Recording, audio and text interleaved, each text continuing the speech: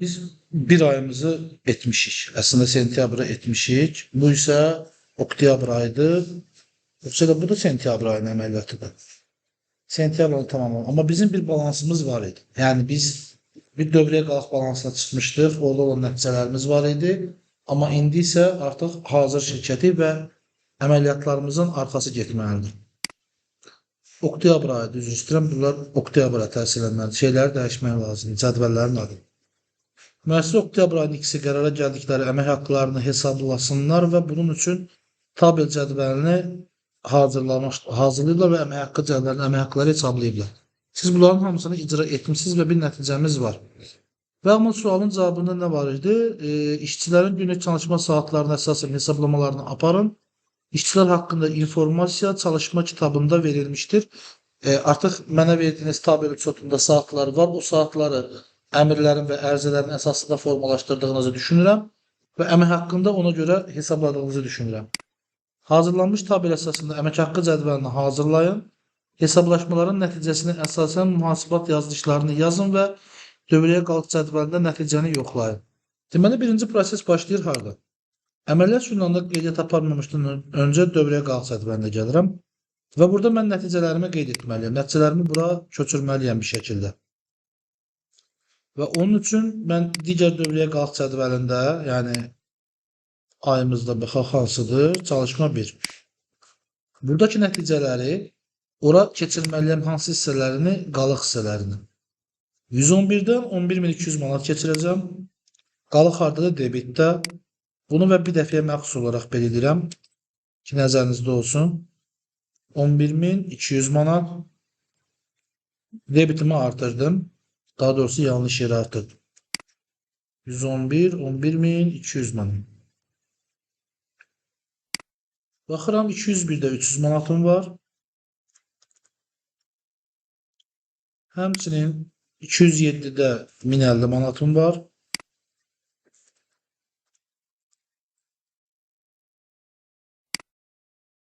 Alacağım yoxdur. Debitorda pulum yoxdur. 221-də kassada 1000 manatım var.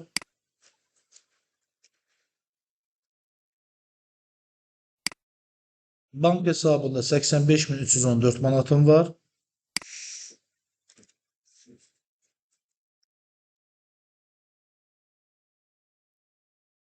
Ancaq aktivlərin qalığını qeyd edirəm. 4500 verilmiş avansım var. Avans vermişəm, hələ qarşılığını almamışam. Təhtil hesab şəxsdə 950 manatım var. Bu ən ciddi səhvlərdən biridir. Mən bir aydan növbəti aya keçirəm, amma mənim balansım pulu təhtəlin cibindədir. Bu olmamalıdır.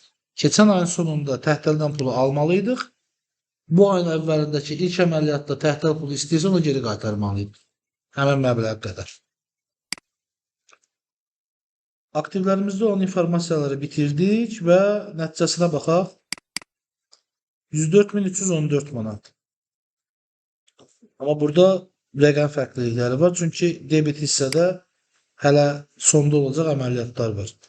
Biz onu növbətlərə, yəni pasiv əməliyyatlarımıza keçək.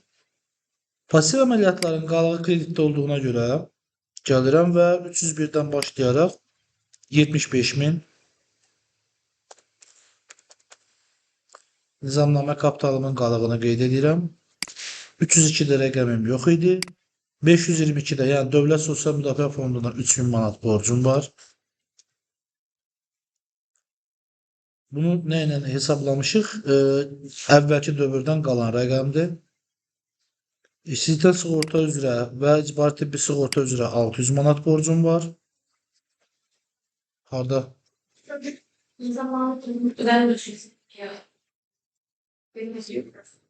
Hə, büdcədəydi. Düz deyirsən və davam edirmişəm hətta.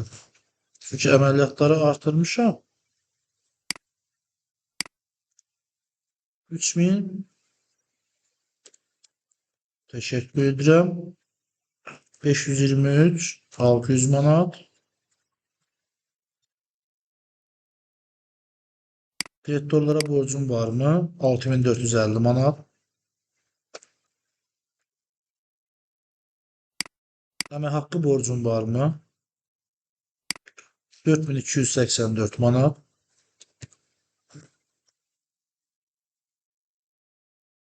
Daha sonra 4000 manat nə üçündür? 535 icarəyə borcum var. 535 4000 manat idi da, düzdür? Və gələcək dövrün gəlirində, yəni pul almışam, amma hələ xidməti göstərib bitirməmişəm. 3750 manat pul var. 3750 manat.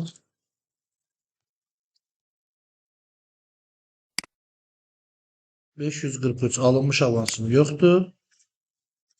Keçən dövrümə gəlirimi bağlamamışam, belə qalıb. Yoxsa bağlamışdım axı mən bu əməliyyatları. Uşaqlarımı bağlamamışdıq biz. Gəlin mən burada əməliyyata bağlayayım.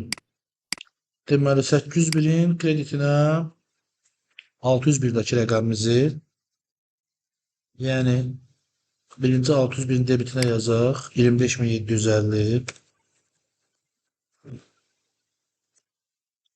Həmin rəqəm gələcək 801-in kreditinə. 25750.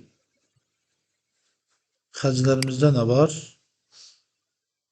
18406 manat, 701-in debiti gələcək 801-in debitinə.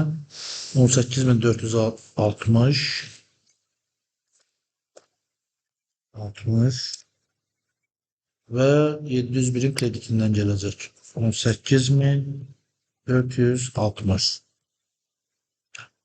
Və bizim inzibati xərcimiz var idi 60 manat. O da 801-in debitinə gələcək. 160 manat. Elə bir şey olar. Müxabirləşməni yazmadan qeyd edirəm də daha vaxtımız getməsin deyə.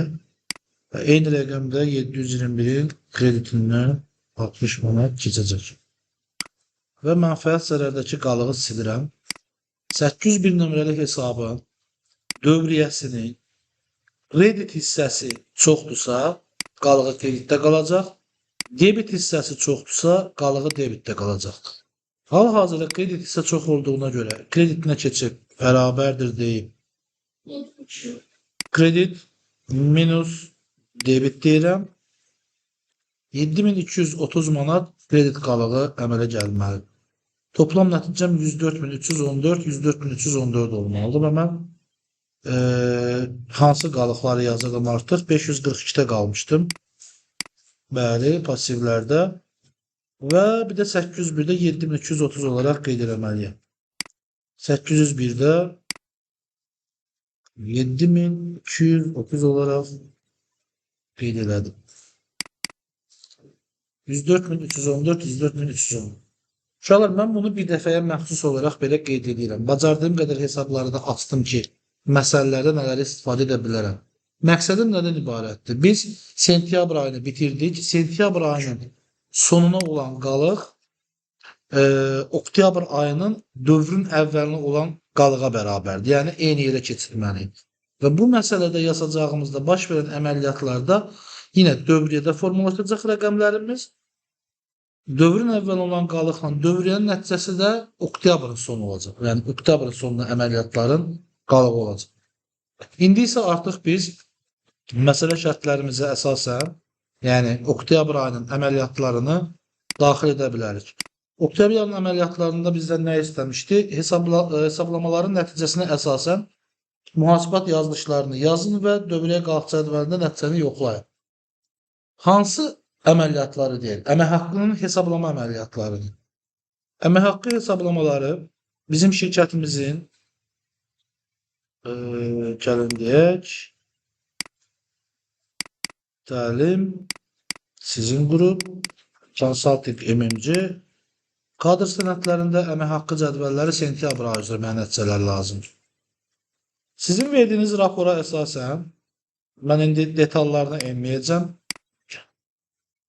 Tabel cədvəli hazırlanıb, tabel əsasında işçilərinizə əmək haqqı hesablanır və mükafatları verilir. Və nəticədə o işçilərə ödənilməli bir əməliyyatlar var. Mən isə bu cədvəldə baş vermiş bütün hesablamalarının nəticəsini əməliyyat jurnalına qeyd eləməliyim. Siz əmək haqqı dərsini oxumusunuzsa, orada sizə bəlli müxabirləşmələr verilmişdir. Hansı ki, əmək haqqları müəyyənləşdirmək üçün. Bizim üçün ilk olan əməliyyat hesablanmış əmək haqqını göstərmək üçün. Birinci əməliyyatımızda biz hesablanmış əmək haqqını göstərməliyik. O nəticəni biz hardan alacağıq? Baxın burada. Bu bizim ştat vəzifə maaşımızdır, 12.000. Bu isə həmin ay üzrə cəmi hesablanan əmək haqqımızdır, 10.036 manat 36 qəpik. Gəlirəm əməliyyat jurnalına, heç bir əməliyyat yoxdur. İlk olaraq qeyd etməliyəm. Mənim nəyim artacaq? Əmək haqqı borcum və eyni nisbətdə də əmək haqqı xərcim artacaq. Bu əmək haqqları biz bölmüşdükmü? Baxırıq bir. Direktor var, direktor köməkçisi var, baş mühasib var, maliyyə direktoru və digərləri belə deyək, satdığımız xidmət üçün çalışan əməkdaşlardır. Amma bu 4 əmək haqqı sizlər üçün işarə edirəm. Amma bu 4 əmək haqqı bizim inzibati departamentin əmək haqqısıdır. Yəni müəssisənin idarə etməsi ilə məşğuldurlar.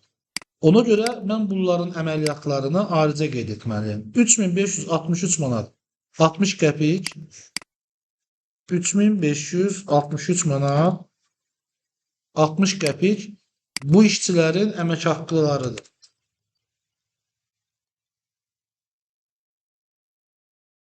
Əmək haqqı xərcləri idarə etmədə olduqları üçün 721 nömrəli hesaba əlavə etdim. Və eyni zamanda əmək haqqı borcumu da qeyd edəcəm.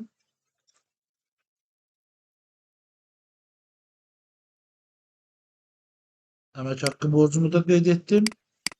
3563 manat. Və əməliyyatımın arxasına baxıram. Birinci hissəni daxil etdim. İkinci hissədə bizdə nə proses davam eləməlidir? Bu əmək haqqı inzibati olduğuna görə, bu əmək haqqıya görə mənim hesabladığım müəssisə olaraq DDD Consulting'in hesabladığı bu işçilərin Dövlət Sosial Müdafiə Fonduna ayırmalı olduğu 15% və icbari tibbi sığortası ilə işsizlik sığorta haqqı da inzibati xərcə getməlidir. Yəni əməliyyat xərcinə aiddir. Çünki gəlirin əldə olunması üçün çəkilməyib. Yəni birbaşa çəkilməyib. Ümumi müəssisə idarəsi olması üçün çəkib. Ona görə tutulmuşdur bölümündə gördüyünüz hissəni görürsünüz, tutulmuşdur. Bu hissə bizə lazım deyil. İşə götürən tərəfindən olan hissədə bu bölümdəki xərclər bizə lazımdır. Yəni 522-dəki əməliyyat rəqəm nə qədər edəcək? İşarə edirəm hamısını. Yəni sarı bölümün 590 manat 55 qəpik. Gəlirəm əməliyyatıma. Birinci 590 manat 55 qəpimi qeyd elədim. Buyurun. Hesablamasını aparıq. Hələ ödəmə eləməmiş.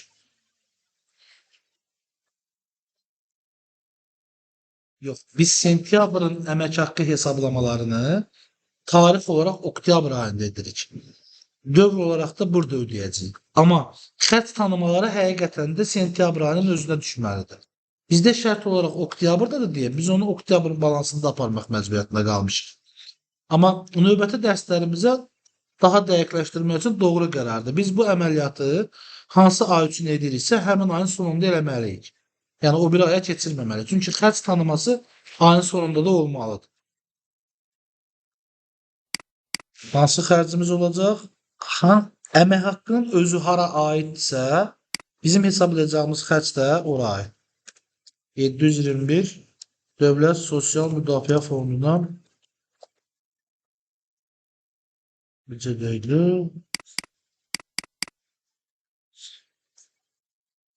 ayırmaları. Sizin dilinizdə desək, xərcləri. Öhdəlik hissəsində isə artıq Dövlət Sosial Müdafiə Fondunun öz hesabı olacaq.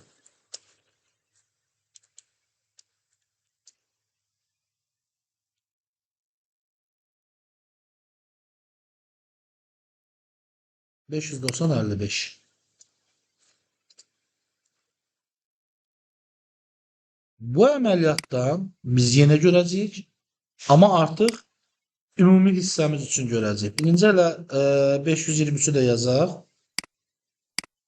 Kopyalayıram.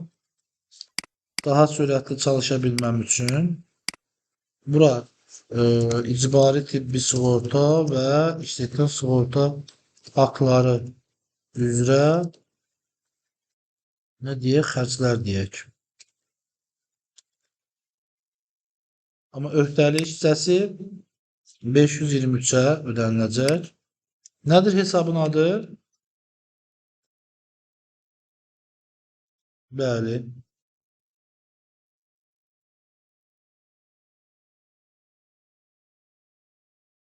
Rəqəmimizə baxaq. 17 manat 82 qəpik. Digəri ilə cəmləsək 89 manat 09 qəpik. 89 manat 09 qəpik.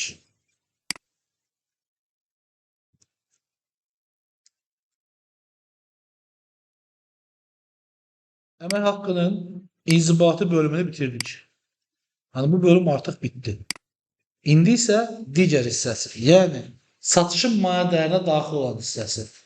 Belə deyək, işi aparan, gəliri əldə edən, məqsədi ilə çalışan işçilərin əmək haqqları və onların ayırmalarını tanımalıyıq.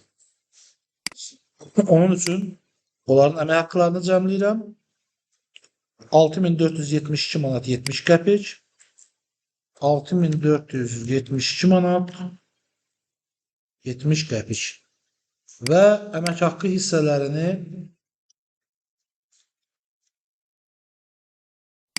belə deyək. Burada artıq debitdə 721 deyil, 701. Əmək haqqı xərci deyil, satılmış məhsulun maya dəyəri olaraq qeyd edirik. Amma əmək haqqı borcu olaraq bəli, eyni borc hesabından istifadə edirik. 6472 manat 70 qəpik. Və əmək haqqı hesablamamızı daxil etdik. Əlbəttə ki, eyni prosesdə xərcləri də qeyd eləməliyik. Yəni, kopyalarda çalışırsınızsa, mən bir ayrıca təzdən yaza bilərəm. Amma yəni, video reportda baxanda çalışma ehtimalınız var. Gəlin əlavə edeyim. Eyni proses, yəni əmək haqqından tutulan hissələr bizə aidiyyəti yoxdur hələ ki qeyd eləməyə, amma xərc hissələrini birinci qeyd edəcəm. Dövlət Sosial Müdafiə Fondu üçün kimlər çalışır? 1124 manat 91 qəpik. 1124 manat 91 qəpik. Və bunlar kimlər idi? DSMF xərci deyək buna da. Amma əmək haqqını harada tanımışıqsa, xərc bölümündə orada tanıyacaq. Satılmış malın maya dəyərinə daxil olacaq. Öhdəlik hissəsi haradan gedəcək? DSMF öhdəlikləri 522 1124 manat 91 qəpik.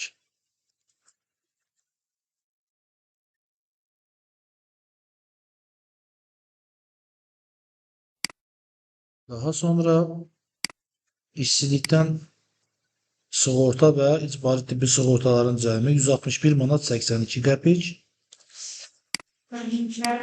Bəli. 161 manat 82 qəpik. Rəqəmi yazın. Hal-hazırda siz də elə hesablamalısınız. Çünki sub hesablandırsaq, əməliyyatları hələ bir-iki dəfə siz mənə verin. Bu mən indi işlədiyim formada da, yəni dövrəyə qalx cədvəlini keçirə. Ondan sonra mən onları sub hesablandıraram. Nöqtə 1, nöqtə 2-liyə davam edib ayıraram və tərkibini də ayıraram. Çünki hələ o təcrübəyə sahib olduğunuzu bilmirəm axı. Əməliyyatı görməmişəm. Deyək, bu nə olacaqdı? İşsizlikdən sığorta haqqı və icbari tibbi sığorta üzrə ayırmalar.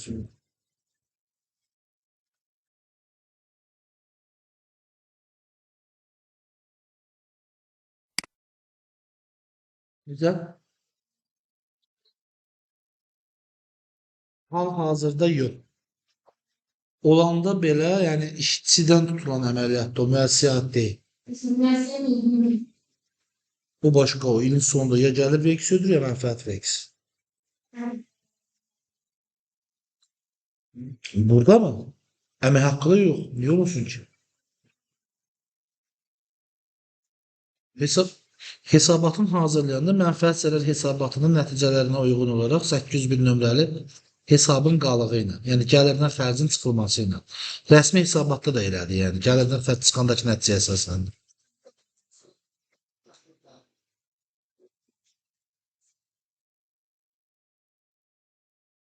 Yox, biz hələ ki təzə müəssisəyə mənfəətlə davam edirik.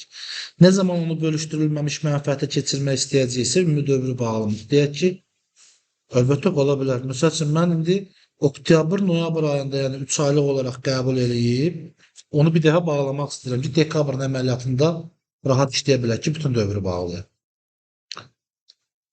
Ayırmalar, öhdəliyinə də 523 olaraq qeyd edeyim.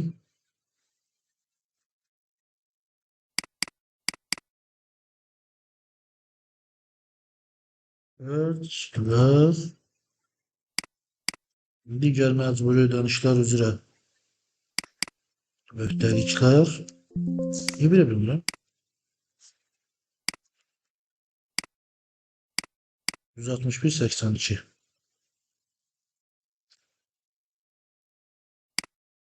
Aşağıda. Mən əməliyyatımı bitirdim. Əksik qalan nəyimiz var? Hə?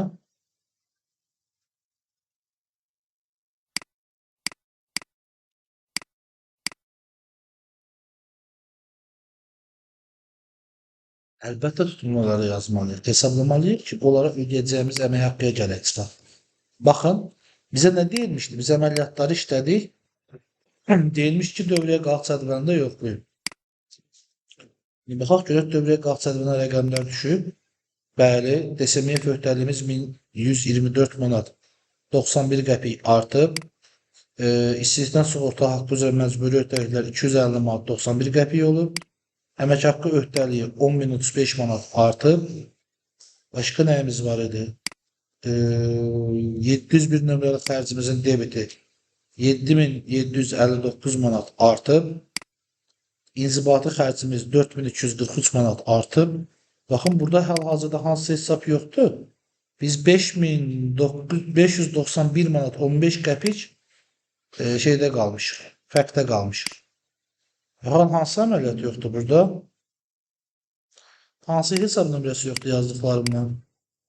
Məncə 523 var. Bax, burada nə qeyd eləməmişik? Əməliyyat yoluna baxmışaq. 522, 500... Buna baxın. 533 əmək haqqı öhdəliyi yazmışam da. Baxaq bir. Əmək haqqı da formalaşıb.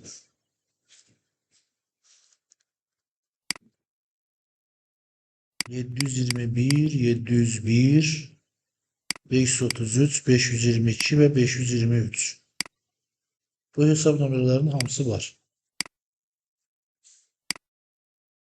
523 var, 522 var, 533 var,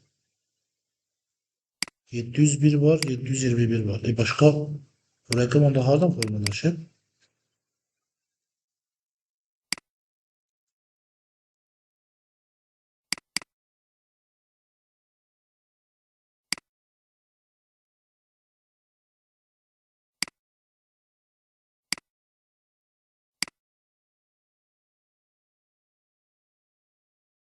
Sizə baxın, mən ayrı bir səhifədə əmək haqqı cədvəlini açmışam. Ayrı bir səhifədə də əməliyyatları işlədiyim yeri. Və işləyəndə sürətli onların arasında yer dəyişə bilmək üçün Alt və Tab knopkasını istifadə edirəm. Alt tab verirəm, birinə, bayırdan digərinə keçirəm. Bu formada. Yəni bir də təzədən altdan dəyişmirəm. Neçə dənə cədvəl olsa o qədərini dəyişə bilirəm, yəni bölümünü. Əsas bu bir cədvələ digər cədvəl arası işləmədə daha faydalı olur.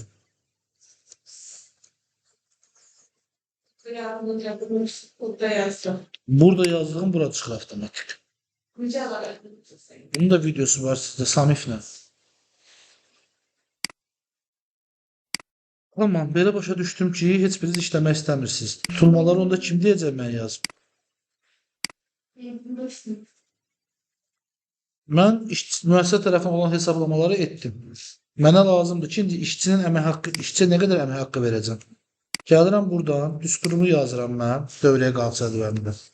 Bərabərdir deyirəm, aktiv hesablarda dövrün əvvəlinə qalır, plus dövriyyənin debiti minus dövriyyənin krediti deyirəm və 301-ci hesaba qədər gətirirəm.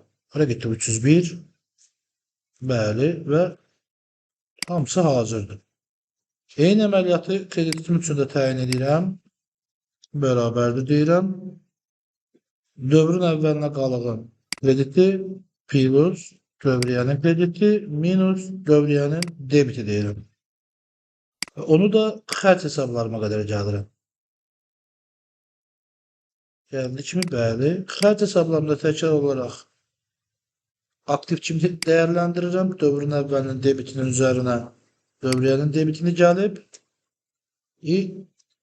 Çıxa bilməmişik burada. Krediti deyirəm. Və ancaq şərt hesablarımı əlavə edeyim. 801 nömrəli hesabda hələ ki mənfəətli olduğumuz üçün qalığını mənfəətdə hesablayıram. Kredit plus kredit deyib, minus debit deyirəm. Deyə bilmirəm niyə. Səbəbi varmış. Tamam. Hal-hazırda durum budur. Dövrəyə qalx cədvəlimizdən araşdırdığımız zaman əmək haqqı öhdəliyi üzrə 14.320 manat 30 qəpik pul ödəməli olduğumuz görünür. Hansı ki, biz sentyabr ayının şərtində, daha doğrusu əmək haqqı cədvəlində 8.974 manat ödəməliyik deyə görünür və işçilərdən 1966 manat 36 qəpikdə pul tutmalıyıq. Hal-hazırda bu azalma getməyib və mən bu azalmanı görmək istəyirəm. Çerez işçilərdən azalılsın. Çalışma 1, çalışma 2, çalışma 1-i artıq bağlaya bilərəm. Mənə əlavə yer tutulsun. Tamam. Uşaqlar, deyin, mən də yazım. Gəlmişəm, buyurun, işçinin əmək haqqının tutulmasını mən necə hesablaya bilərəm? Hardan əldə edə bilərəm həmin rəqəmi və cədvəllərimdə var.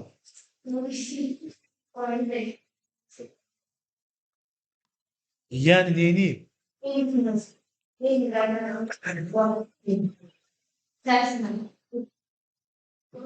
Yəni eyni şeyi kopyalayayım, əlavə edeyim mi? Onu mu deyirsən?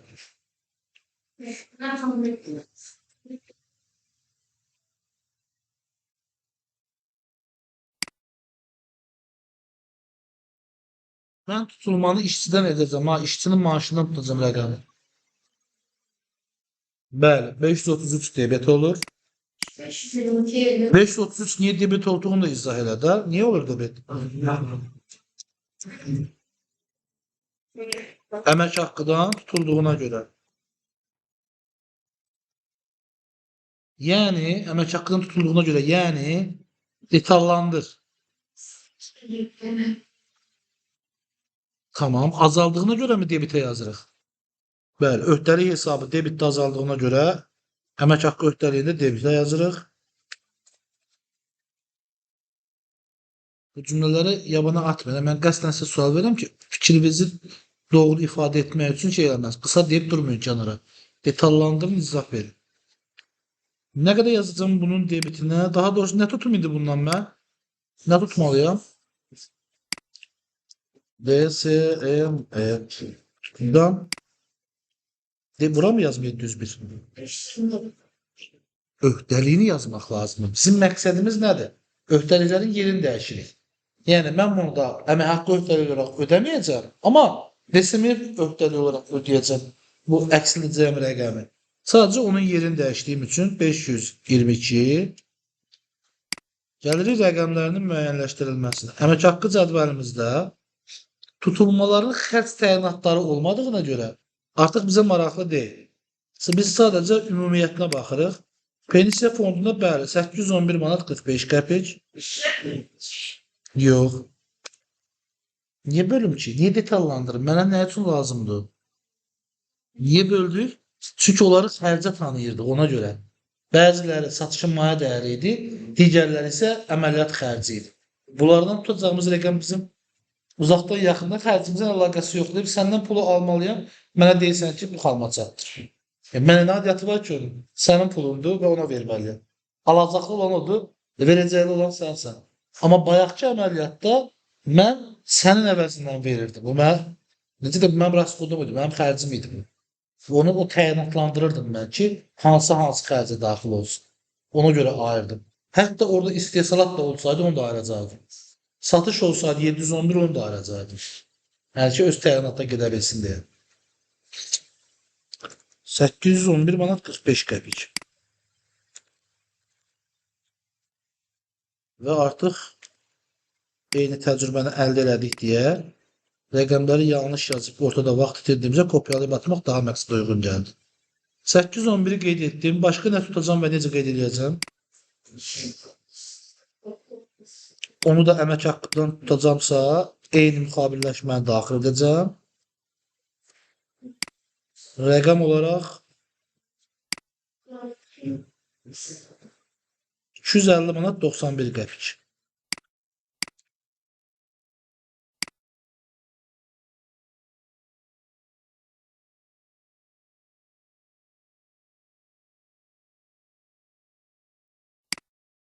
Kopyalayıram.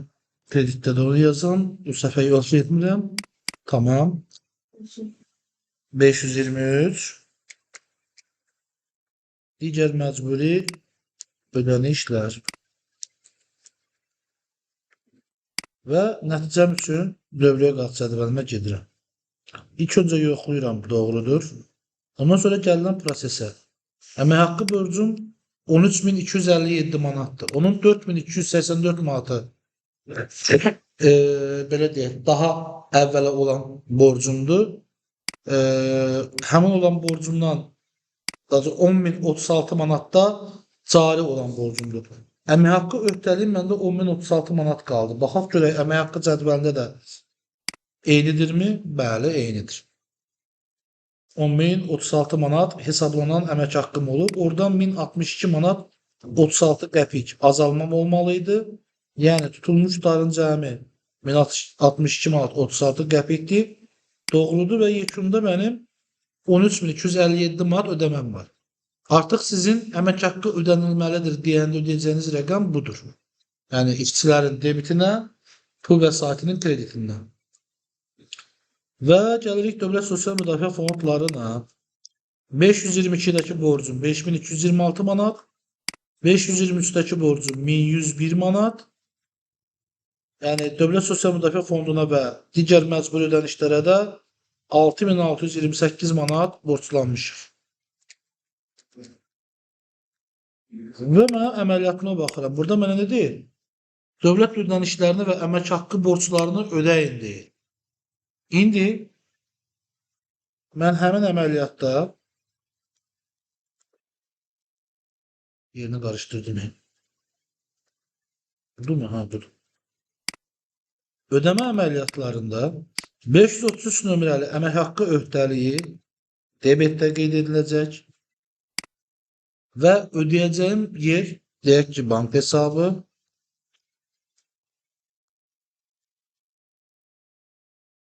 kreditdə olacaq.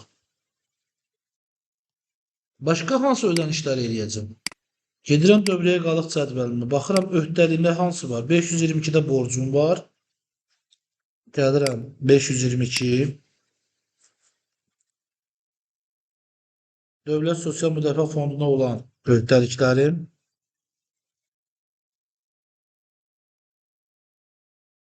Debit ödəyəcəyim isə bank hesabı.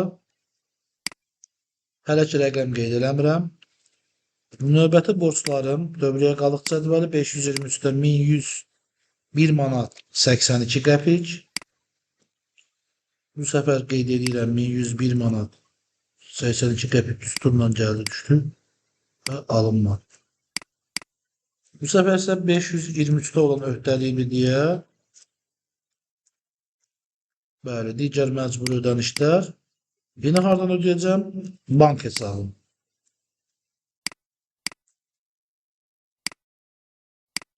Ödənişi etdim. Rəqəmləri əldə edəcəyim yer əmək haqqı öhdəliyinin debeti, yəni dövrəyə qalıq cədvəlindəki qalığı 530 üçün 13.257 manat 94 qəpik kopyalayıram və debit hissəyə sağ düyməni vurub 1, 2, 3 deyirəm ki, formula ilə gətirməsin. Eyni rəqəmi kopyalayıb bankın kredit üçün də qeyd edirəm ki, bank vəsaitim azalsın. 523 nömrəli öhdəliyi qeyd etmişdim, amma 522 qalırdı. Dövrəyə qalıq cədvəlində 522-nin borcu nə qədərdir?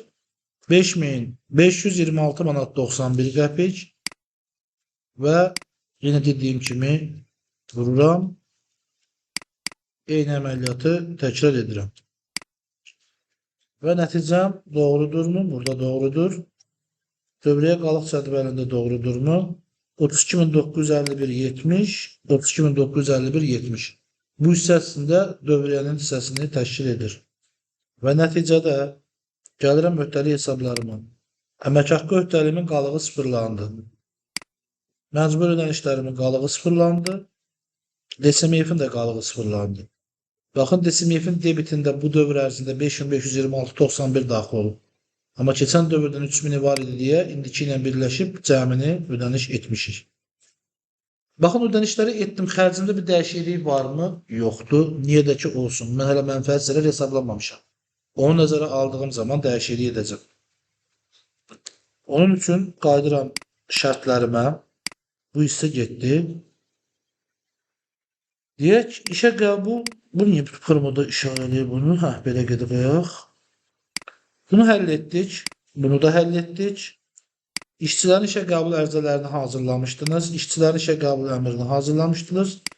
Əmrin reyestrini hazırladınızmı? Səs gəlmir. Tamam. Əmək müqavilələrini burada işlədiyinizi gördüm bir dənə də olsa. Performanslarını və çalışma saatlarını nəzərə alaraq 100 az yenilik mükafat verilmişdir. Vermişdiniz. Gördüm əmək haqqı cədvəlində. Stimullaşdırıcı əmək haqqını görən digər işçilər həvəslənərək ən azı yeni bir müştəri əldə edərək onlarla müqavilə bağladılar və müqavilə şərtlərinə əsasən avans aldılar. Burada dayandıq. Niyə dayandıq? Çünki debit, təlim,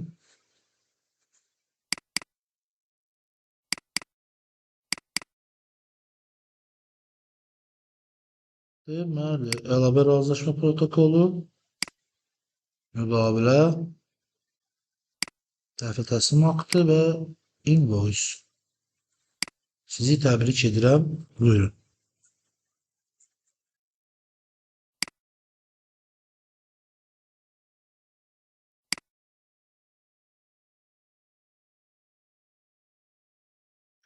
Burası görüntüler.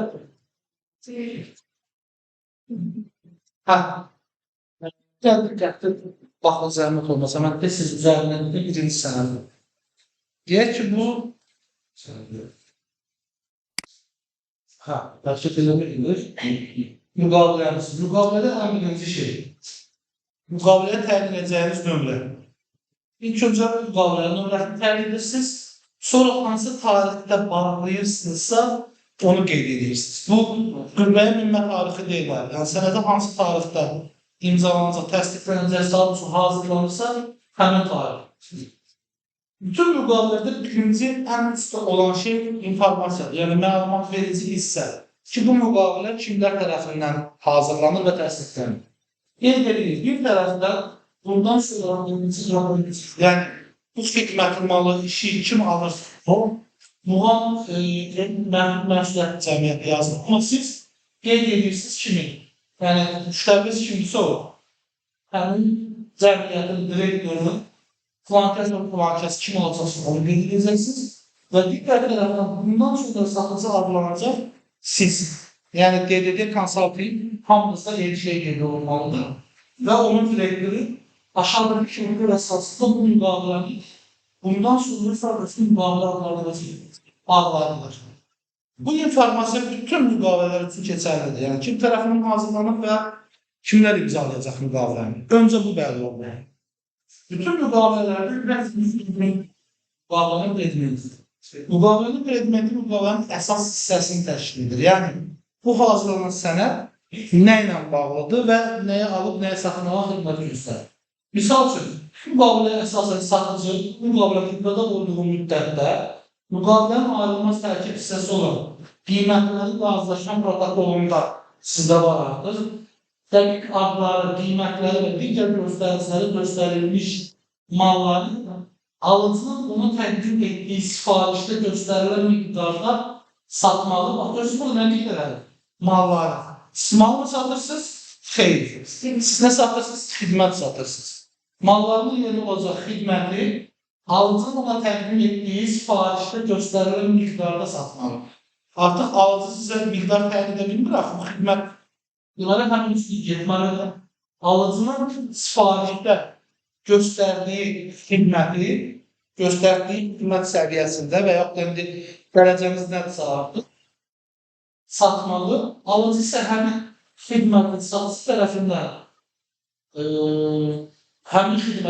tərəfindən xidmətlə birlikdə təqdim olunan, xidmət bildikdən sonra təqdim olunan qanun haqqı əsasən siz burada təhvil təslim haqqı və onun əsasında hazırlanmış qayma fakturaya əsasən qeyd edə bilərsiniz. Almalı və müqavilənin ayrılmış tərkib hissəsi sayılan qiymətlərin razılaşma protokolunda həmçinin qayma fakturada göstərilən məbləğdə dəyəri ödəməni təsdiq edilir. Əsas prinsip nə oldu? Mən satdığım xidmət növün olmasını bildirmək, həmin xidmətin hansı sənədlər əsasında qarşı tərəfindən təhvil təslim etdiyini göstərmək və hansı dəyərdə mənə ödəniş edəcək və nə zaman edəcək. Qayma faktura qarşı tərəfdə olduqdan sonra mən ödəniş edəcək və qayma fakturanın dəyərində. Maddə 1.2 predmetin ikinci maddəsi satıcı xidməti alıcı tərəfindən sifariş verildikdən sonra 4 iş gün ərzində təhvil verməyi ödəməsini mümkündür. Həmən istərəblər. Siz bura nə qeyd edəcəksiniz? Öz təxəyyülünüzdən izah verin, zəhmət olmasa. Qayrət. Cümlə kimi bunun Satıcı xidmət protokolundan 6 səhvini sifariş verildikdən sonra 4 iş günlərində təhvil verməyi Çıxıqlı bir sualım var. Siz xidməti müqavilənin şərtə baxın, zəhmət olmasa. Siz konsalting xidmətsiniz. Necə 4 günlük iş təhvil verə bilirsiniz? Siz axı ay sonu yekunlaşdıracaqsınız, hər aya görə aylıq xidmət haqqı bağlamışsınız.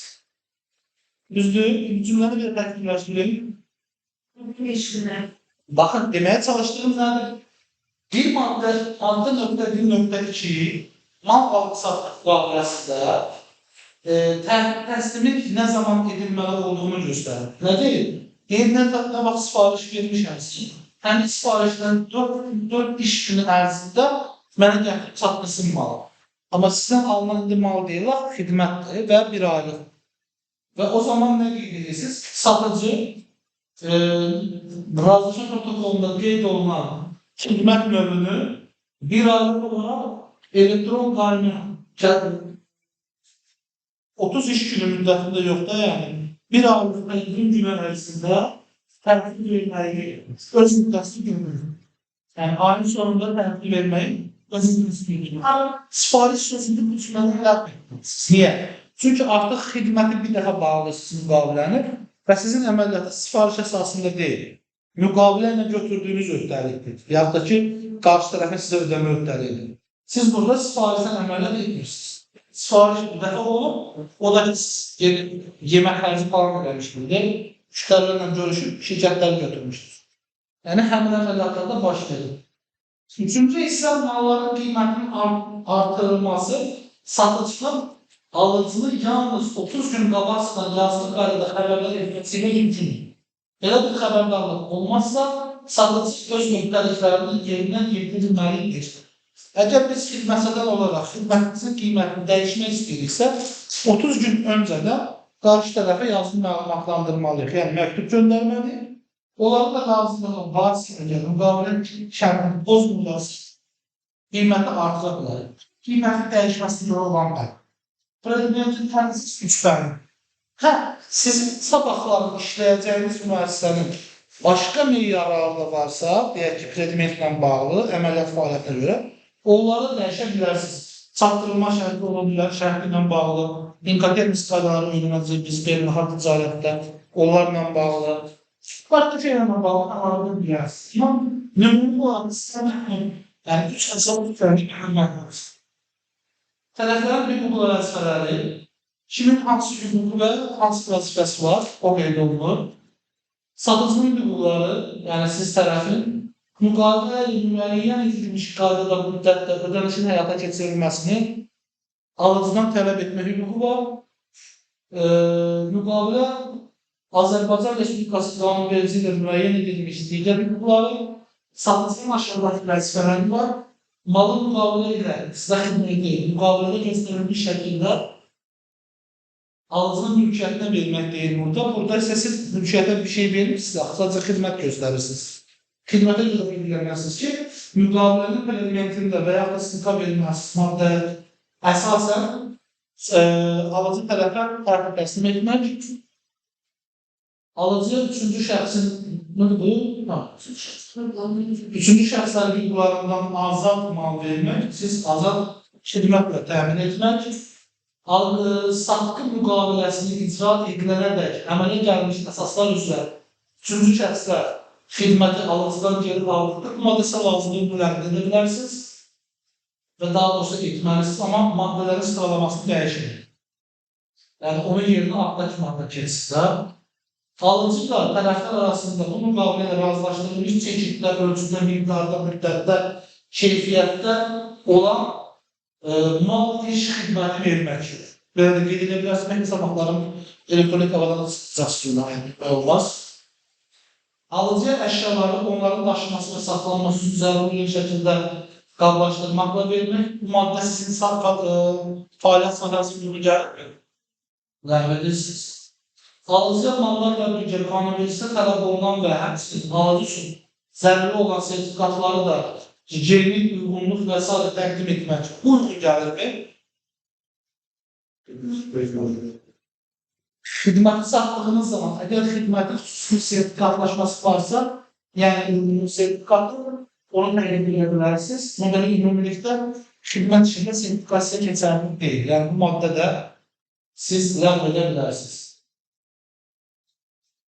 Yəni digərlərini oxuduram artıq, əsas məsələ, malların təqdim təhsil verilməlidir. Sizdə isə xidmətin təqdim təhsilin olunmuş şərtlərini qeyd eləməlisiniz. Burada malın hansı formada verəcək, hansı sıxıntılar olacaq, qeyd olunur. Sizdə sənətli etkinlik olaraq eynidir, amma mallar bir xidmətləridir.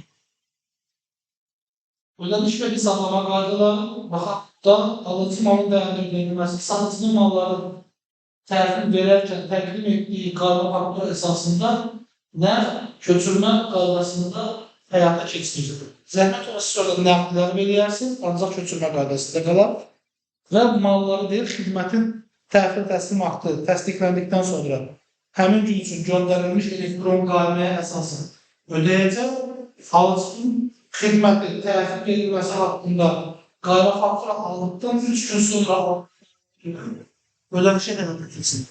Siz isə xidmətə təhvil tərtibi verdikdən sonra neçə günə pulunuz istəyirsiniz ödənməsindən? Necə razılaşmaq istəyirsiniz? 3 gündür, 5 gündür, həmin gündür. Nədirsə, onu qeyd etməlisiniz. Bu 3 gün içərisində bazar olsun. Yəni, burada 3 iş günü demir, 3 gün deyil. Yəni, təqvim günü nəzərdə tutulir. Bəli. İş günü qurulasaydınız, ortaya düşən bayram və digər əməliyyatları nəzərə almalıydınız. Mən 3 iş günü seçim, çünki heç bir tərəf onu o şəkildə imzalamaz. Mən bunu sizə indi deyim, düzdürmü? Amma siz qruplaşma şəklində, yəni bir tərəf xidmət göstərən, bir tərəf xidmət alan olduğunuz zaman o yerlərə qətiyyən diqqət edəməyəcəm, bunu deməyəcəm. Nəhayətdə görmək istəyirəm, görüm ona kim diqqət edəcək mühasib olaraq bu ödəmə şərti qəbul edəcək və yaxud da hansı mühasiblərimiz o ödəmə şərtini müqaviləni bağlatdıra biləcək. Yəni, o əhəmiyyətli bir hissədir, çünki müəssisənin mənafeyinin qorunmasına gətirir. Qarşısı alınmaz qüvvə, force majeure hallar, gözlənilməyən hallarda baş verəcək situasiyalara görə gecikmələri, təhlükələri, riskləri öncədən sığortalayıb razılaşmanın. Məsəl üçün, burada bir bənd görürsünüz də, məndə müqavilə var, 34 dənə bəndi var idi, özüm hazırlamışdım. Çünki ticarət əməliyyatımız həqiqətən də force majeure hallara çox tabi olan bir durumdaydı. Gəmi ilə səyahət edəcəkdir, mallar endirilməsi, düşülməsi təhlükəli idi. Döyüş keçən bölgələrdən keçirdi, yəni mal etməsi və üzərə diqqət çəkməsi çox təhlükəli idi. Və onun üçün biz qarşılıqlı force majeure razılaşmışıq. Hətta sığorta məbləğlərində də. Amma əksər hallarda üzv hörmətinə sahibdir. Tərəflər müqavilə nəzərdə tutmuş öhdəlikləri müqavilə imzalandıqdan sonra tərəflərin qalaqsadan bilməsi və qarşısına alması mümkün olmayan, qarşısı alınmaz qüvvənin təsiri nəticəsində yerinə yetirilmədikdə onlar həmin öhdəlikləri yerinə yetirməkdə tamamilə hazır edilir. Deyək ki, malın öhdəlikləri tufan olub gəmi batır. Malda yoxdur ortalığı. Yəni onu qismən qarşılamalıyam, ya da heç qarşılamamalıyam. Qarşısı alınmaz qüvvə şəraitinə istinad edən tərəf bu cür vəziyyətin yaranması barədə o bir tərəfə dərhal yazılı şəkildə məlumat verməyə borcludur. Uşaq, diqqət edirsiniz, heç bir də şifahi söhbəti yox. Xəbərdarlıqların hamısı yazılır. Bunu iş həyatınıza tətbiq eləməlisiniz, yəni iş yoldaşlarınız arasında belə. Müdür işçi arasında satsam ya şifahi mövzuda yazılmalıdır. Birisi de bir şey tapşırırsa mutlaka onu yazılı etmesi lazım.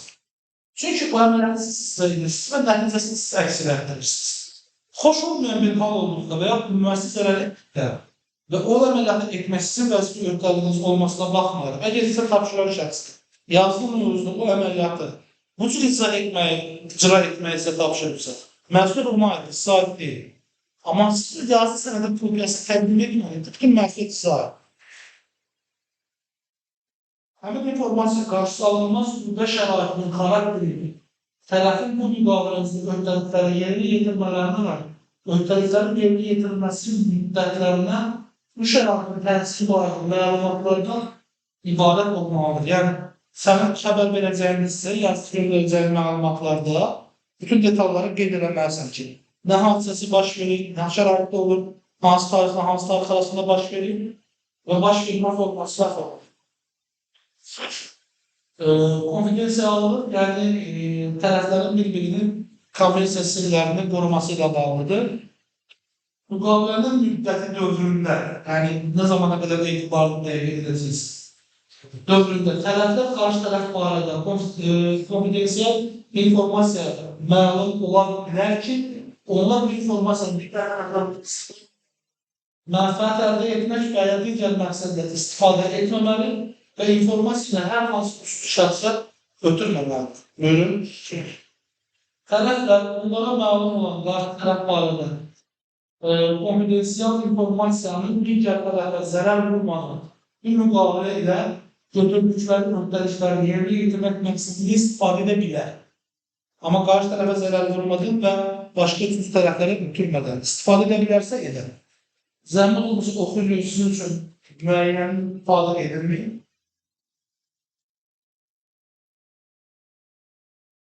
Tərəflərin məsuliyyəti var və digər maddələrə əsasqa verməklə. Misal üçün, burada rəqəmləri oxuyacaq, bu 33-də söhbətdir. Satıcı alıcının tələbatını lazımi qaydada təmin edə bilməzsə, keyfiyyətsiz mal iş xidmət satarsa və alıcıda qalib etməyən istənilən digər səbəblərə görə alıcı 30 gün qabaq satıcının qaydasını qaydada xəbərdar etməklə müqavilənin icra edilməsi tələb edə bilər. Müqavilənin 7.6-cı bəndində uyğun alıcı tərəfindən satıcıya xəbərdarlığı təqdim olunarsa, müqavilənin bir tərəfinin problemlər edilmiş hesab edilir. Xəbərdarlıq məktubunda müqavilənin hansı tarixdən ləğv ediləcəyi göstərilir. Bu bəndi qəbul edərsiniz.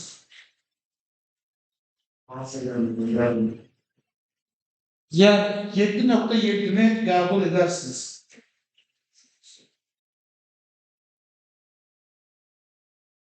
Yani 7.7'si ne ifade ediyor? Yani kısa. Hani kısa. Hadi bakalım. 7.7'si ne ifade ediyor? Teselkeler. Niye? Bizim xidməti nəsə satılırsa və ya işte nəsə Adaya bu müqavilənin ləğv şərtləri bizə uyğun ləğv şərti. Bir dənə məktub göndər, həmin müddədə ləğv etmiş sağlar. Bunu mən təsdiqləyirəm, təsdiqləmirəm. Bununla razılaşıram, razılaşmıram. Həmin bəlkə üstümə şərait etmənin hüququ deyib əməliyyatları et. bir tərəfli qaydalarla düzgün deyil. Bəli, ona görə də bu bəndə düzəltini siz verirsiniz. Xəbərdarlıq da doğrudur, 30 gün öncə də məlumat verməlidir. Amma ləğv tələbi doğru deyil. Bu artıq bir tərəfin digərinin üstünlüyüdür. Müqavilə o deməkdir ki, hər iki tərəfin hüquqlarının qorunması üçün əqdlərinin verdikləri sözləri qarşılarlar. Bu isə bir tərəfin digərinin üstünlüyüdür. Müqavilənin ləğvi aşağıdakı halların ləğv edilə bilər. Tədbirlərin artıqının uzlaşması ilə tərəflərdən bir-iki müqavilənin müqavilələrinin bu müqavilələrinin üzrəli öhdəliklərə əməl etmədikdə, həmçinin özlərlərini götürdüyü öhdəliklərini yerinə yetirmədikdə və ya lazımi fərqləri yerinə yetirmədikdə, müqavilənin müəyyən etdiyi qarşıda alınmaz hüquqlarına force-majeurun mövcud olması hallarında müqavilə ilə Azərbaycan Respublikası qanunvericiliyi qanunlarında bu bir şey ifadə edir. Bunun altına hər şeyi yığa bilərsiniz. Bu təhlükəlidir. Müqavilənin ləğvi halları yarandıqda sıkıntılar digər tərəfin lazım edilmiş xəbərdardır. Buradakı əməliyyatlar da 2.7-ni birləşdirməlisiniz. Elə deməlisiniz ki, ikisi də eyni mənanı ifadə etsin. Yəni, belə deyək, vəzifənin tərəflərin vasitələri ilə müqavilənin ləğvində olan bəndlər bir-birinə bağlı olmalı. Yəni, sən bunu dəyişdirirsənsə, buradakı sənə verəcəyindən üçün əksir etdirməlisin. Yəni, müqavilənin ləğvi hissəsində əksir etdirməlisin. 7.7 ləğv edəcək demişdik, məktub göndərməklə. Burada onunla bağlı deyil, tərəflərin qarşılıqlı razılaşması ilə 3.1-də deyil. Amma deyil, məktub göndərəndən sonra razılaşmaq və hərbiqə döksünür. Onu deyirlər. Və bunun da əsas gətirmək onunla. Qarşılıqlı mübahisə yerlərinin iş məhkəməyə gedər. Artıq orada kimin vəkili daha doğru izah edərsiniz. Onun üçün elə edilən lazım ki, bu hissədən ne deyil? Mübahisələrin həlli qaydası qeyd olunub, Azərbaycan Respublikası qanunvericiliğinə uyğun şəkildə bu müqavilədə irəli gələn mübahisələr və tərəflər arasında yaranan fikir ayrılıqları tərəflər arasındakı danışıqlar yolu ilə həll edilməlidir. Bu olmasın bu gəlmə keçir. Tərəflər danışıqlar yolu ilə mübahisənin həllindən razılığa verə bilməmişlər. Həmin mübahisənin Azərbaycan Respublikası qanunvericiliğinə uyğun olaraq mülkiyyə hüququna həll edilir. Mülkiyyətin sağlığı və hüquq verilmiş qərarı tərəflər üçün məcburidir.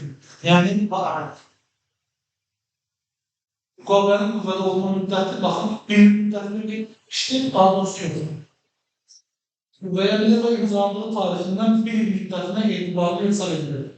Müqavilə vaxtının əvvəl tam verilməzsə, müqavilənin qüvvədə olma müddəti bitdikdən sonra o, eyni şərtlərlə daha bir müddətinə uzadılmış olur. Şərtlər sizin xeyrinizədirsə, yazdığınız müqavilənin bu bəndə əlavə edə bilərsiniz. Xeyrinizə deyilsə, tamamilə çıxardır. Yəni, qarşılıqlı müqavilədir. Çünki şərtlər sizin xeyrinizə olanda bu sizə sərf edir. Yəni, bir müddətini uzatmaq. Sizin xeyrinizə deyilsə, yəni, sizin üçün ciddi zərərlər doğura bilər. Yəni, sən davam etmək istəmirsən, heç kim məktubda göndərməyib, yəni, məktubda göndərilir, razılaşmaq tələb edilir ki, yəni, oturaq danışıq niyə, nə səbəbdəndir və sən bir şəkildə müqaviləni xitam verə bilmirsən. Amma o qiymətini satmaq istəmirsən, qiymət dağıtmaq istəyirsən və razılaşmır. Onun üçün, ən azından müqavilənin bitmə müddətini gözləyirsən ki, müqavilə ləğv edirsən. Sən də qoymuşsan ki, tərəflərin pozmasalar müqaviləni bir müddət olacaq, yenə proses davam edir. Onun üçün müqavilə şərtləri sizin satan tərəfin və yaxud da alan tərəfin xeyrinədirsə, bu bəndə razılaşır.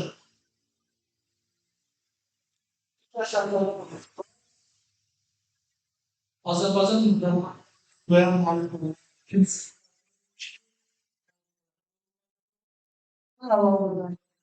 tərəflərin qarşılıqlı razılığını bildirirlər. Bunun cavabını bunun ayrılmaz tərkib hissəsi sayılan əlavə razılaşma ilə imzalanmaqla rəsmiləşdirilir. Tələblər bütün ünvanlarını statusa, bank rekvizitlərində və ya rəhbərlərin dəyişilməsi barədə olan hər hansı bir məlumatın bir-birindən dərhal yazılı qaydada verməlidir. Yəni, şirkətin direktoru dəyişəndə, A bankından B bankına keçəndə, deyək ki, müqaviləndə Paşa Bankı rekvizitlərini imzalamışam, amma ilin ortasında fikirləşdim ki, kapital mənə daha sərfəlidir. Kapital bank hesab nömrələrində ona göndərməliyəm. Tərəflər müqavilənin icra müddətini başa tapmasından və ya səbəbdə ləğv edilməsindən asılı olmalaraq yarımçıq qalan öhdəliklərin icrasından azad olunmurlar. Bunu isə hər müqavilədə qeyd etməmiz lazım. Çünki bu həm sizin, həm qarşı tərəfin hüququnu qoruya bilirsiniz. Və ondan sonra bank rekvizitləri, satıcı tərəf, alıcı tərəf nələr qeyd olunur? Müəssisənin adı, müəssisənin hüquqi və yaxud bank ünvanı, amma hüquq ünvanını qeyd edəcəz daha doğrudur. Müəssisənin özünün yönü, hesablaşma hesabı, yəni cani hesabı bankda olan, bankın adı, yəni hansı bankın hesabı, həmin bankın yönü, bankın sivil kodu, bankın kodu, filial kodu və müxbir hesab. Hansı ki, bu bankda yerləşən müxbir hesabdan gedir söhbət. Deyək ki, biz qarşı tərəfə pul köçürmək istəyirik. Pul gedir birinci rekvizitlərin, daha yukarılaşdırır bunlara. Bundan sonra puluna ait cari hesaba yerləşir. Yəni, bank onu yerləşdirir. Əvvəl bu proses necə olurdu? Deyək ki, sən qarşı tərəfin hal-hazır ilərini bölümündə və yaxud da temiz sılaşma hesabında hər hansı ki, tərqad etdiyi zaman deyək ki, rəqəmlərdən.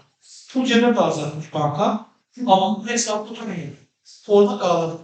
Pulun çatmadığının məlumatı sizin qarşı tərəfdə fiyərindən sürdür. Bunun mağazaları sizin cəbə edilmir. İstər hesabına vəsait edilmir. İndi isə elektron bank olduğuna görə səhv yazdığının məlumat əsasında pul hesabına çıxır. O proses həll olunur. Bank rekvizitləri hər iki tərəfinki qeyd olunmalıdır və imzalanma. Satıcı tərəfi kimisi bunun direktorunun adı, imzası.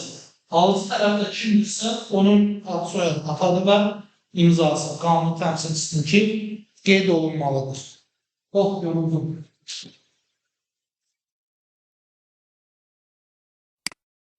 Şərtlərimiz.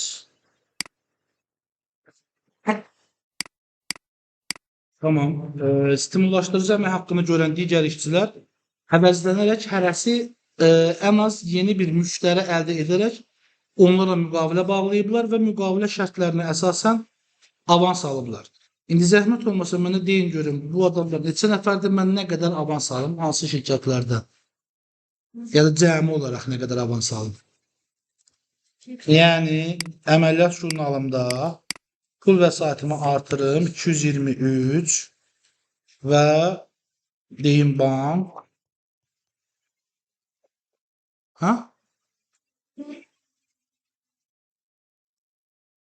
Tamam, ona da dəstək atım sənin üçün. Yəni, iş alabilen 11 nəfər var. Yox. Şərtə bir də baxmaq istəyirsiniz. Para götür. Şərtdə hamısı müqavilə bağlayıb. Bunlardan deyir 3 nəfər əlavə nəqd satışda edib. Yəni, saatlıq xidmət haqqı da göstər. 200 manatdan. 1 saat 200 manatdan. Haradasa 600 manat. Bəli. Müqavilələrini kimdən, neçədən bağlayıblar və nə qədər avans, neçə faiz avans alıblar. Fərəz ayrı bağlamışsınız da, bəli. Sayıda 500 manat deyəmin avansını. Avansı 500 manat olsun. Müqavilə dəyəri nə qədər olsun? 100 manat. Mən bunu boşuna soruşmuyorum. Çünki müqavilənizdə onu görmək lazım olacaq. 500 manat 11 nəfər avans alıbsa, bu 5500 manat edəcək, düzdürmü? Bərabərdir 500 manat vurulsun əməkdaşlarımın sayına 11 nəfər 5500 manat pulum artdı və alınmış avans hesabı nömrəm neçə idi mənim? 543. Bura getirmiş.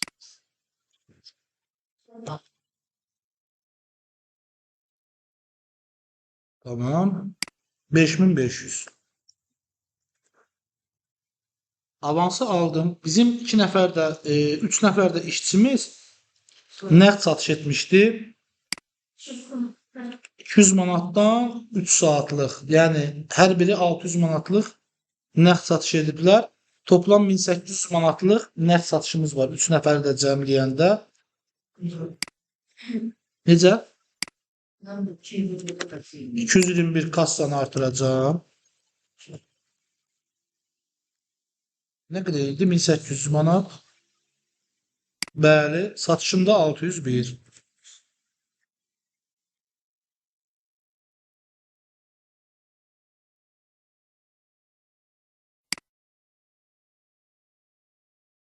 Üçünü bir yerdə yazdıq da, hər birini ayrı-ayrıqda qeyd eləmədik. Söhbətə əməliyyat.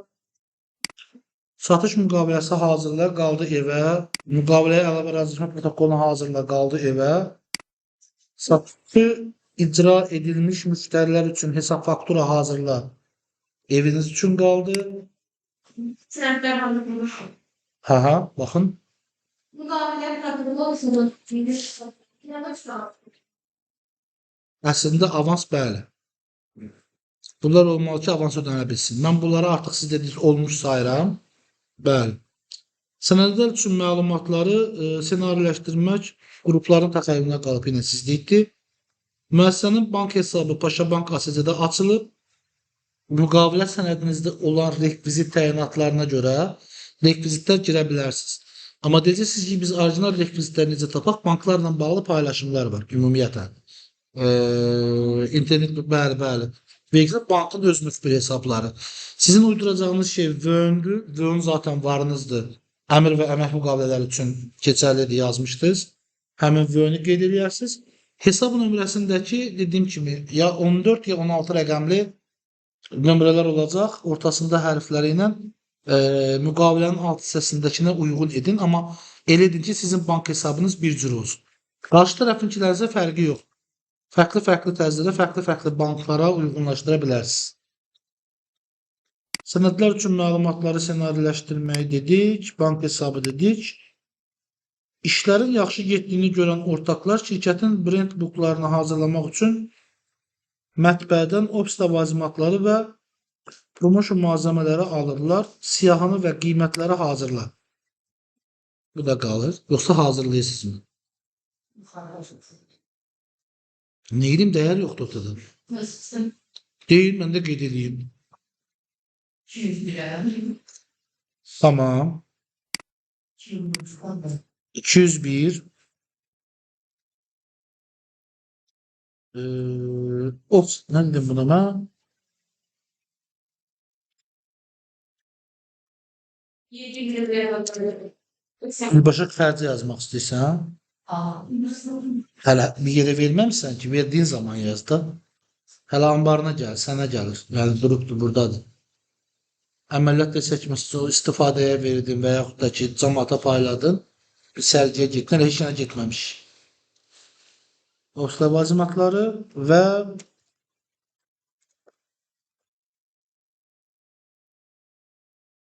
nə qədər dediniz? 500 manat və onu öhdəliyib kassa yox. Baxın görün nə qeyd edirəm şərtdə. Şərtdə qeyd edirəm ki, mətbəədən alıram. Yəni artıq başqa bir hüquqi şəxs qeyd edirəm orada sizin üçün. Bəli, kreditor, borclar. 500 manat. Amma siyahısını və digər sənədləri hazırlamaq sizə qalır. Müqaviləsi əvvəlcədən olan şirkətlərin cari əməliyyatları görülüb və aylıq satışları edilib. Kimləri nəzərdə tuturuq biz? Bəli, zəhmət olmasa birinci şərtlərə baxırsınız. Oradan mənə əməliyyatları deyirsiniz. Bəzilərinin avans almışdıq, bəziləri gələcək dövrün xərci idi. onların hansına aylıq xidmət haqqımız nə qədər idisə, o qədərlik satış fakturası yazıb həmin əməliyyatı bağlamağımız lazım. Bunu yazıp bir tane bakmak. Evet. Onun üçün gəlirəm dövrəyə qalıq cədvəlimə və 542-yə baxıram. 3750 manat hələ ondan mən xidmət göstərməli idim və qalığım var idi. Bu ay nə qədər göstərək onlara xidmət? Tamam. O zaman əməliyyat jurnalında 211 debitor. Bəli. Səhv ilə yazdım ya. Buyurun. Debitor. Nə qədər dediniz? 3750 hamısını göstərək də. 50 və 601 satış. Nə xidməti vermişdi onlara? Konsalting xidməti. Yenə 3750. Tamamilə doğrudur. Gələcək dövrün gəliri bir öhdəlik hesabı idi və öhdəlikdə bizdə qalığı var idi. Baxın. 542-də bizim qalığımız var idi kreditdə. Və onu debit hissəyə əlavə edirəm. 542. Nə gedəcəm? Gələcək dövrün gəliri. 3750. O pulu hardan verəcəm buna? Bəli, debitorumdan. 3750. Və dövrəyə qalıqda əməliyyatı yoxlayıram. Artıq sıfırladım. Çünki gələcək dövrün gəlirində bir əməliyyatım yoxdur. Onun əvəzinə satışım artıbdır 5500. Və debitorum varmı? 211'e baxıram. 0 manatda debitorum var. Tamam. Sonra hansı şərtimiz var idi bizim? Başqa bir əməliyyat yenə olmalıydı orada.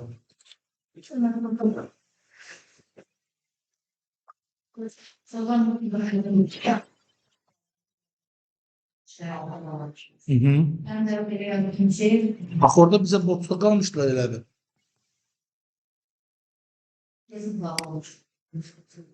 Hə, həmin hissəni bizə ödəmişdilər.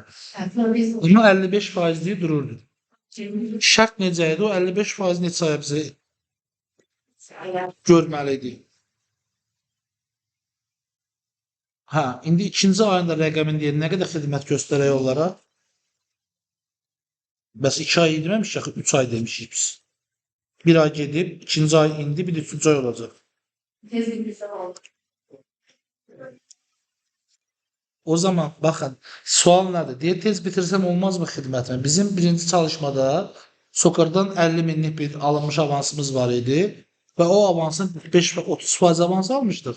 45% deyəsən, yoxsa 40%, 45% iş görmüşdük. Və Sokarla işimizi tamamlamışdıq bir qismini və şərtimiz nə idi? 3 ay müddətində birinci ay, ikinci ay, üçüncü ay nə qədər olursa olsun, amma 3 aya bitirəcəkdik bu işi və dəyəri dəyişməyəcəkdi. 50 min olaraq qalacaqdı. Və nə oldu? Xanım deyir ki, ikinci ay mən yerdə qalan o 55% də görməyin əməliyyatını qeyd edirəm. Və mən də deyirəm ki, onu etdiyin zaman nə pozulacaq ortada?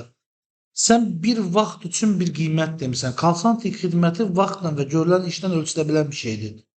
Sənin işi 3 aylıq işi 2 aya gördüyün zaman onlar deyəcəklər sən avtomatik ki, qiymətdə aşağı endirimin. Sən 3 aylıq işçi xərcini 2 aya endirmisən. Ona görə sən məcburi də olsan əməliyyatı uzatmaq məcburiyyətindəsən yəni. Ki, endirim etməyəsən. Onun üçün mənə 211 Sokarın satışı üçün Sokar deyək 25%lik xidmət göstərilib. Aha, bir dəqiqə. Qalan işin 50%.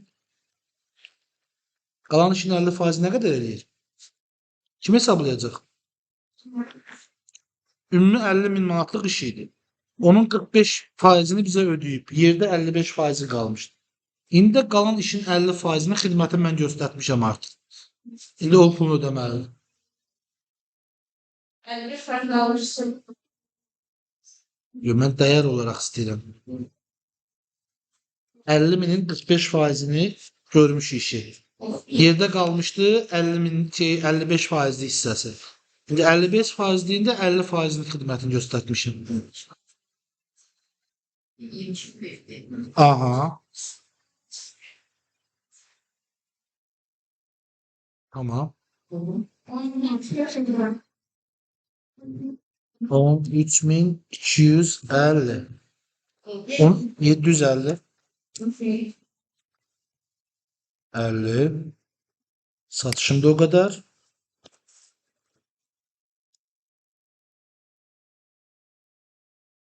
13.750. Ettim. Ve burada ne var? Alınmış avansı bağlamalıyam. Çünki o mənə 50.000 hamısını ödəyib də əvvəlcədən, düzdür? Nə qədər ödəmişdi mənə? 40% ödenmişti. Sonra da qalıq 5%-ni ödədi. O zaman indi qoy baxaq görək şərtdə bizə bir şey ödəyibmi? Ayazda görülmüş işlərin müxabirləşmələrini qeyd edin. Tamam. Ayazın aşağıdakı digər əməliyyat xərcləri yaranmışdır. Biz gördüyümüz işi qeyd elədik. Qarşı tərəf bizə borclandı, amma ödəniş almadı. Baxaq debitorumuz artdı mı?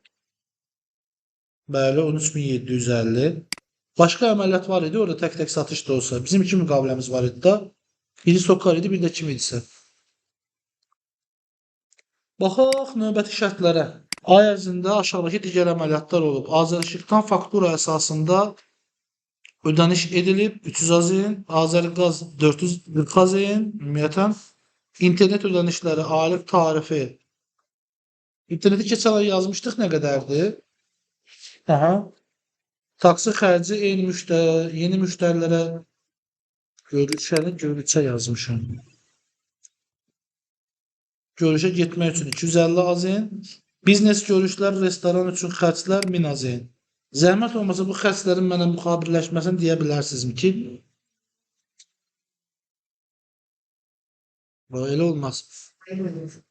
Bəli. Aha. Baxın, birincini mən yazıram. Azərişıqdan faktura əsaslı ödəniş. 300 AZN. Elektrik enerjisi də düzdür. Yaza bilərik, yazmalıyıq. Bəli.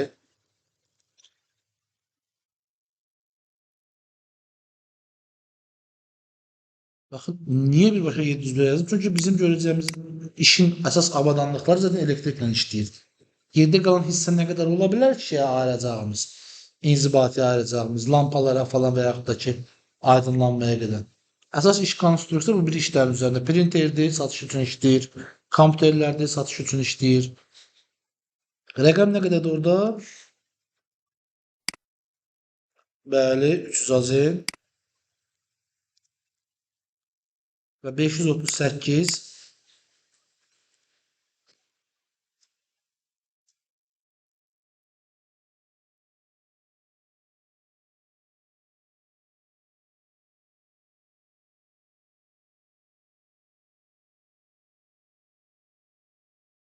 Buyur.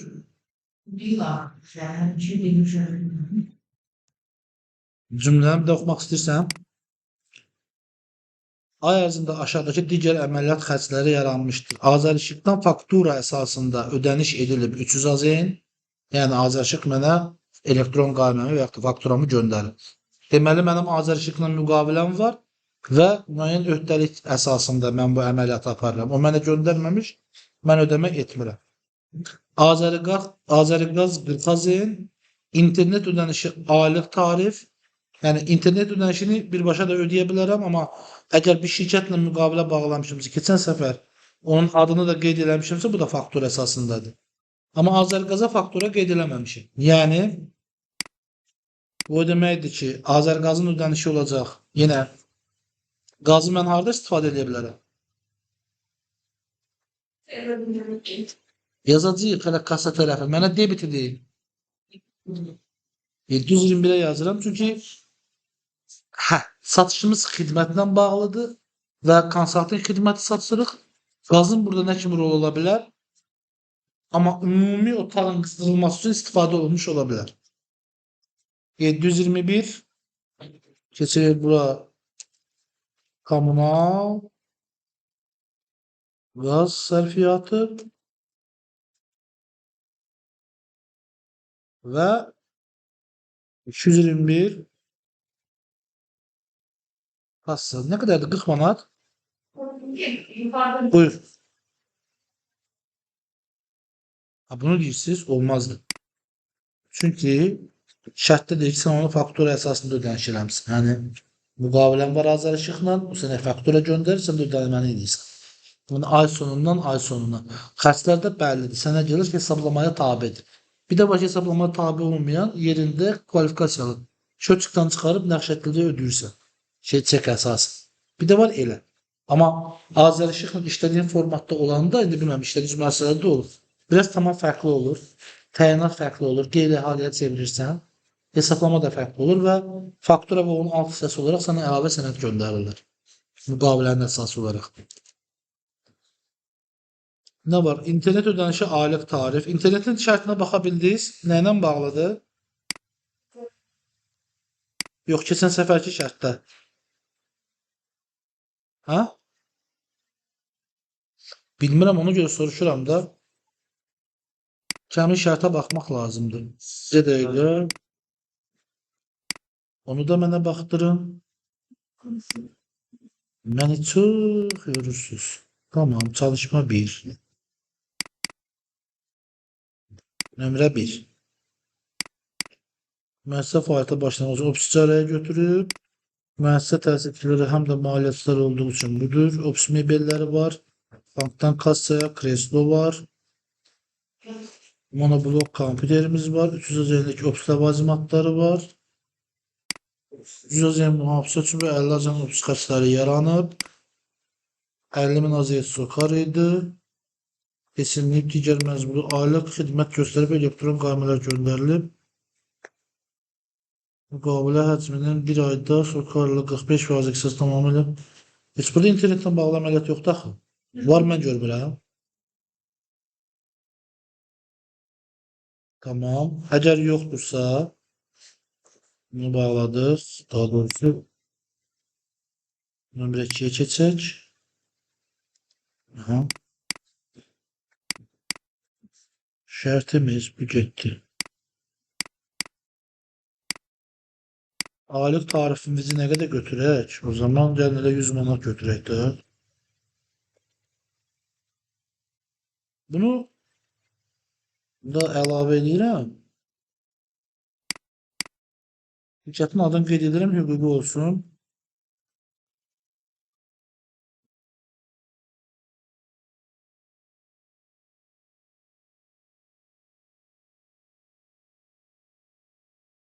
Yenə müqavilə. Aşağılar, nə qeyd edəcəm interneti? Hansı xərcə qeyd edeyim? Niyə? 701-ə qeyd edirəm. Mən xidmətimi onlayn göstərirəm. İnternetdən vacib mənim xam malımı, yaxud da hazır məhsulun dəyərini formalaşdıracaq nə ola bilər ki?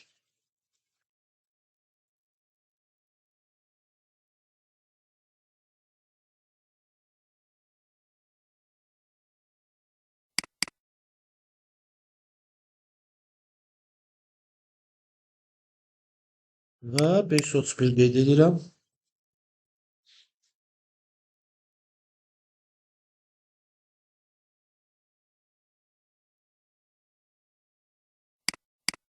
Mənab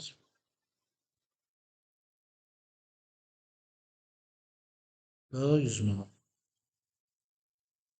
Sonra nə var? Hə, taksi xərci və biznes görüşlər.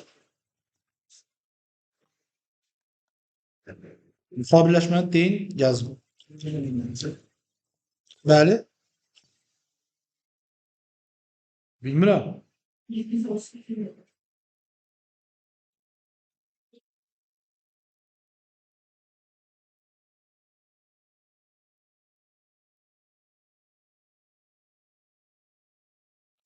Cümləni bir də oxuyuram. Taksi xərci yeni müştərilərlə görüşə getmək üçün 250 azə.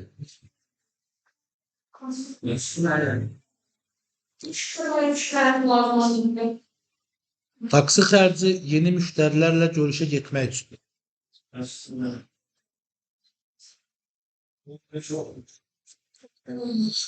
701 nədir? Satılmış məhsulun maya dəyəri, düzdür? Taksi xərci yeni müştərilərlə görüşə getmək üçün. Satılmış məhsulun maya dəyəri. Sizcə mən bunu hansı zaman aşımında ora bağlaya bilirəm? Bağlanmır axı. Biri birindən başqa vaxtda baş verib. Mən getmişəm, yeni müştərilərlə görüşmüşəm. O görüşdüyümü gələcəkdə satacağım xidmətin maya dəyəri necə bağlayım axı? Biri sonra mövcud xərcini qeyd edə bilərsən, inzibati xərcə qeyd edə bilərsən. Satış xərcinə qeyd edə bilməzsən, çünki satış prosesi baş vermir. Yəni hələ o gəliri əldə etməmisən.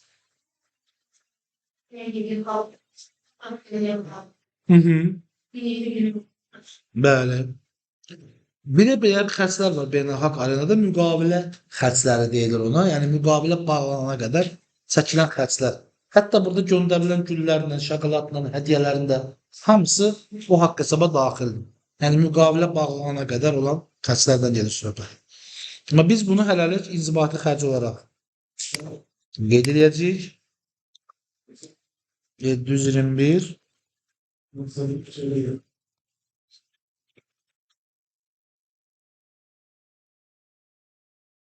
müqavilə üçün.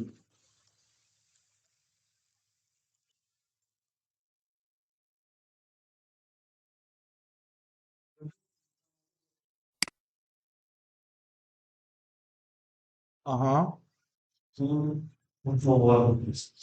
Ata bilmirsən də. Ata bilməmənin səbəbi bunun öncə baş verən prosesdir. Deyir ki, taksi xərci yeni müştərilərlə görüşə getmək üçündür. Demirəm müştərilərlə görüş üçündür. Bəli. Və biznes görüşlər, restoranlar üçün xərclənib minəcəyim.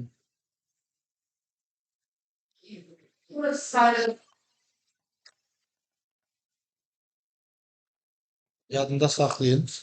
Yeyib içməyin pulu həmişə sahibkardan çıxır. Yəni müəssisə aidiyyatı yoxdur.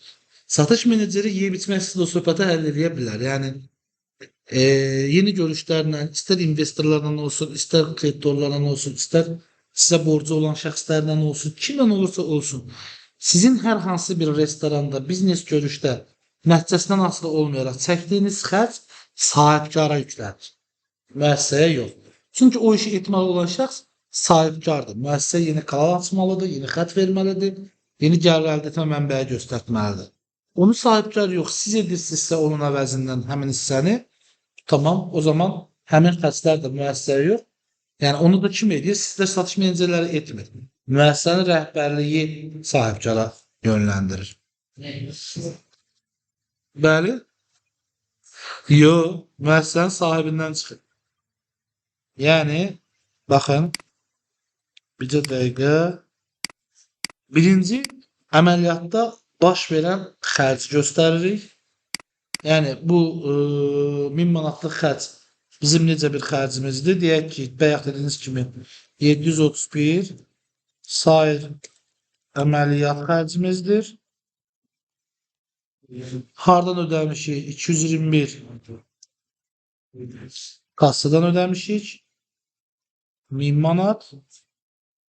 1000 manat. Və bu prosesin ardınca müəyyənləşdikdən sonra ki, bu dəyər, bu xərc kimə lazımdır? İstər ilin sonunda, istər bağladığımız dövrün sonunda bunu sahibkarın bölüşdürülməmiş mənfəətindən çıxmamız lazımdır. Yəni, bayaqlarım 301 nömrəli 300-cü hesablarda var idi, qeyd etdirmişdik.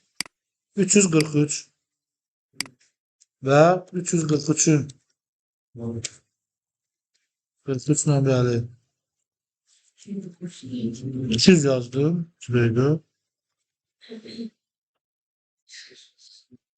343. 300.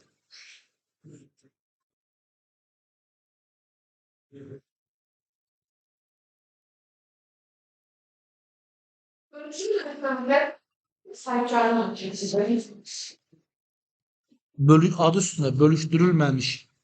O pulu bölüştürecek şəxs sahibkarlardır zaten. Yani onlara ait olan bir şeydir. Ve ora hardan gedəcək? 731 ne demiştik? Sair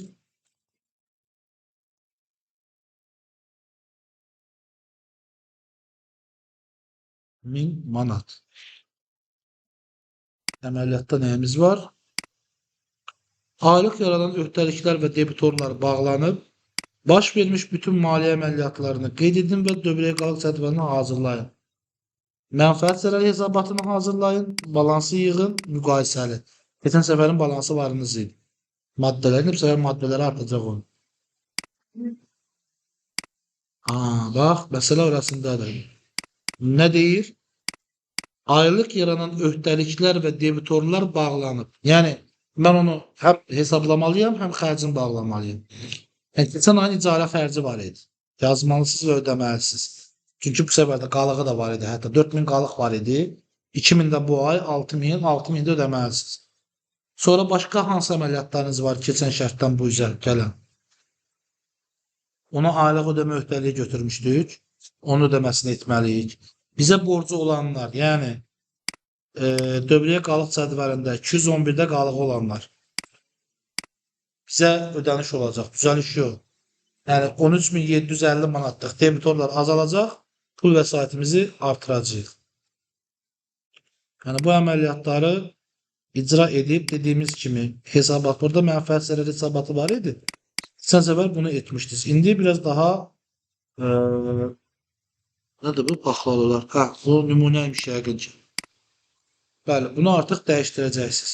Artıq xərc maddələriniz var, en azından taksi xərci, internet xərci, icarə xərci, nə bilim, kommunallar var, onlar artacaq, əmək haqqı xərcləri və DSMF xərclərini əlavə edəcəksiniz. Niyə bura əlavə edə biləcəksiniz? Çünki 701-də olanlar bura girəcək, yəni cəmi SMM deyə. Amma digərlərini isə burada qeyd edəcəksiniz. Ondan sonra mənfəət əldə edəcəksiniz.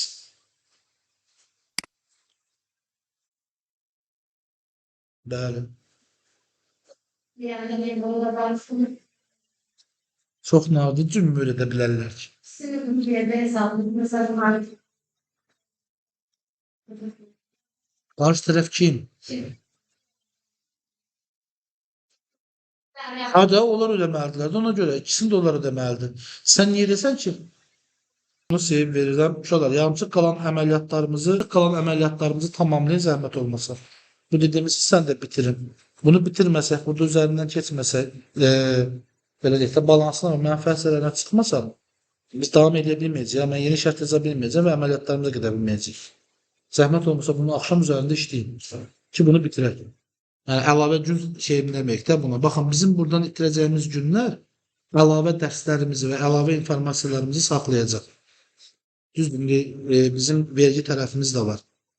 Başqalarında kimi ona 8 gün ayırmaq istəmirəm. Yəni, istəyirəm ki, ən azından belə deyək də, bir 20 gün, 22 gün biz verginin məşğul olağın yerində, praktiki çalışmaları ilə, təyinatı ilə, hansı sənədləşmələri olur, hansı şərtləri olur, uyğun maddələr, harada siz qabaq düşə bilərsiniz, harada düşə bilməzsiniz. Məğzini izah etməklə gedir. Sadəcə, bu 2%-dir, bu 5%-dir, bundan tutulur, bundan tutulmur. O formada aparmaq istəmirəm. Onun üçün çalışmaları bitirince tətbiq edə bilər. Əlbəttə, elə də bu.